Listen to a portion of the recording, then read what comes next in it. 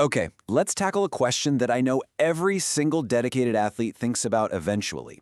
Is slowing down just inevitable? Well, according to Joe Friel's incredible book, Fast After 50, the answer is a huge, resounding no.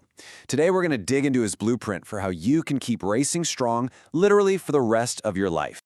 You know that feeling, right? That little nagging thought in the back of your head that no matter how hard you train, the clock is just ticking, and your best days are, well, in the rearview mirror. But what if that idea, that fact that we all seem to accept, is actually a total myth? So, let's just start by shattering a few assumptions, shall we? At 64 years old, Diana Nia did something most people would say is impossible at any age. 53 hours, non-stop, swimming in the open ocean. Just let that sink in for a second. And hey, Diana Nyad isn't some one-off fluke. Then you've got Bob Scott, 75 years old, and he's not just finishing the absolute beast that is the Ironman World Championship, he's setting a new course record for his age group. These people aren't outliers. They're proof that maybe, just maybe, we've got this whole aging thing wrong. So, what these incredible athletes show us is that we have to completely rethink what normal aging even is. And here's the most important part. The standard definition of what happens to our bodies over time. Well, it just might not apply to committed athletes like you. Yeah, we've all seen this list before, right? It's the standard, kind of depressing picture science has painted for decades about getting older. Your hair thins, your metabolism grinds to a halt, your bones get weaker. It all feels so unavoidable. But here's the kicker. Here's the fine print that changes everything. Joe Frio points out that our whole idea of normal aging comes from studying people who are, normal. People who are sedentary, often overweight, and unmotivated. And that right there, that is not you. And this one little insight changes the entire game. Okay, so if it's not about the number of candles on your birthday cake, then what is the real enemy? Well, Friel argues that for endurance athletes, it all boils down to three specific biological factors that we can actually go to war with. All right, here they are. Forget the gray hair. These are the three performance killers. A drop in your aerobic engine, your VO2 max, the loss of that precious muscle mass, and a sneaky increase in body fat. These are the real targets we need to be aiming for. Let's zoom in on that second one for a minute. Sarcopenia.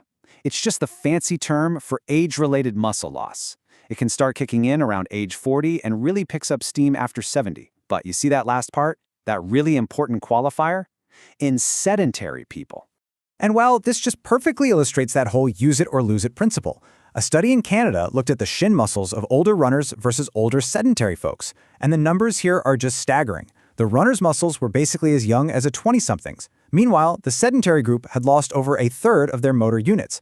The message could not be clearer. The muscles you use, you keep.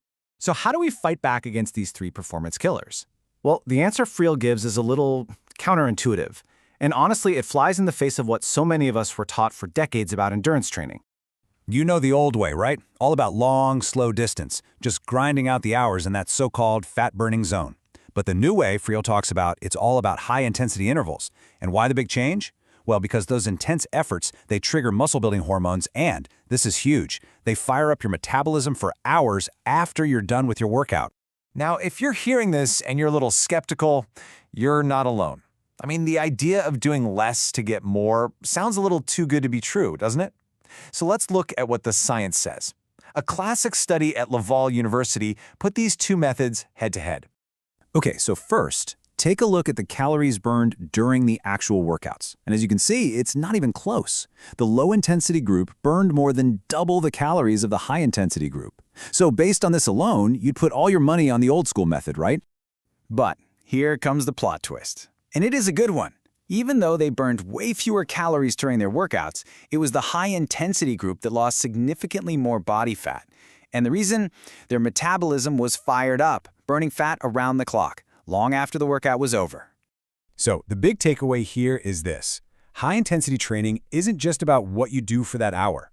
It's about turning your body into a more efficient fat-burning machine 24/7. This is how you directly attack two of our three performance killers, that declining aerobic capacity and the increasing body fat. Of course, there's always a catch, isn't there?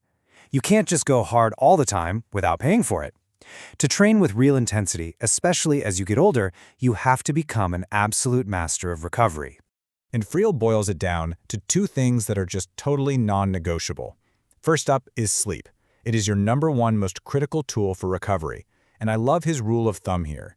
If you need an alarm clock to wake you up, you're just not getting enough sleep. Period. Second is protein.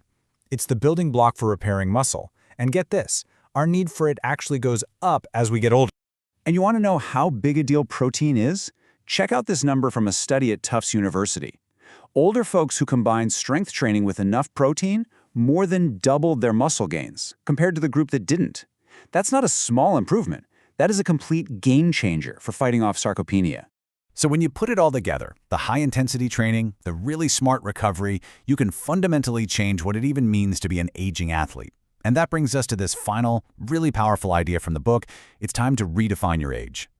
So how do you measure your athletic age? A great way to do it is with your VO2 max, basically the size of your aerobic engine. Now, a lab test is the gold standard, of course, but the book gives us this cool little formula you can use to get a rough estimate. All you need to know is your max heart rate and your resting heart rate. All right, so once you've got your number, take a look at this chart. Find that number in the column for your gender, and then just slide your finger over to the age column. So, where do you land? Are you in your actual age bracket? Or are you looking more like someone 10 or maybe even 20 years younger? That number, right there, that's your fitness age. And that's really what this all comes down to, isn't it? The date on your driver's license, there's nothing you can do about that. That number is going to keep on ticking up. But your fitness age, that is a whole different story. That is a number you have direct control over. That's a story that you are still writing. So the only question left is, what are you going to do about it?